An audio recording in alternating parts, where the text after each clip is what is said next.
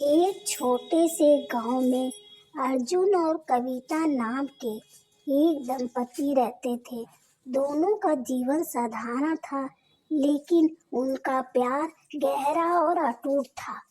दोनों में शुरू में दोनों हर काम में एक दूसरे का साथ देते थे। कृषि के काम से लेकर घर की छोटी छोटी जिम्मेदारियां तक उनके विश्वास था कि एकता में ही शक्ति है। समय के साथ जैसे जैसे चुनौतियां बढ़ी, जीवन में कई मुश्किलें आई। खेती में सूखा पड़ा, आर्थिक तंगी में दस्तक ही और परिवार के मामलों में मतभेद होने लगे। धीरे धीरे छोटी छोटी बातों पे झगड़े होने लगे, जिससे लोगों के बीच दूरियां बढ़ने लगी।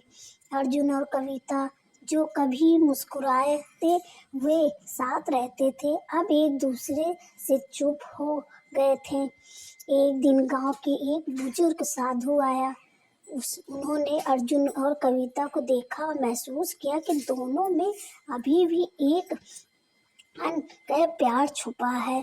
साधु ने उनसे कहा, आप दोनों के दिलों में अगर सच्चा प्यार है तो समस्या को हल भी साथ में मिलकर निकालिए। एक दूसरे की बात सुनो, माफी मांगो और साथ में जीवन की राह पर चलें। साधु की बात से प्रेरित होकर अर्जुन और कविता ने अपनी गलत फहमियों को दूर करने का निश्चय किया।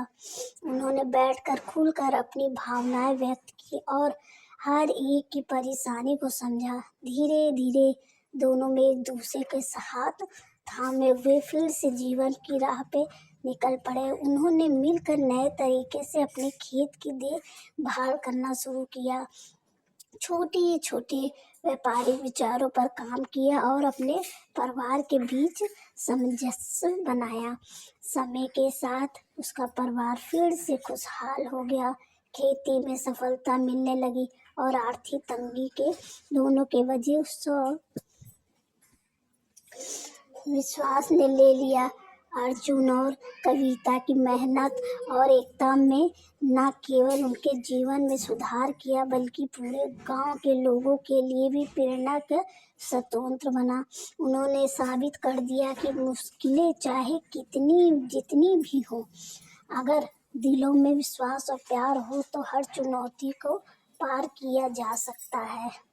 इससे हमें यह सीख मिलती है कि साथ मिलकर हर समस्या का हल निकाला जा सकता है।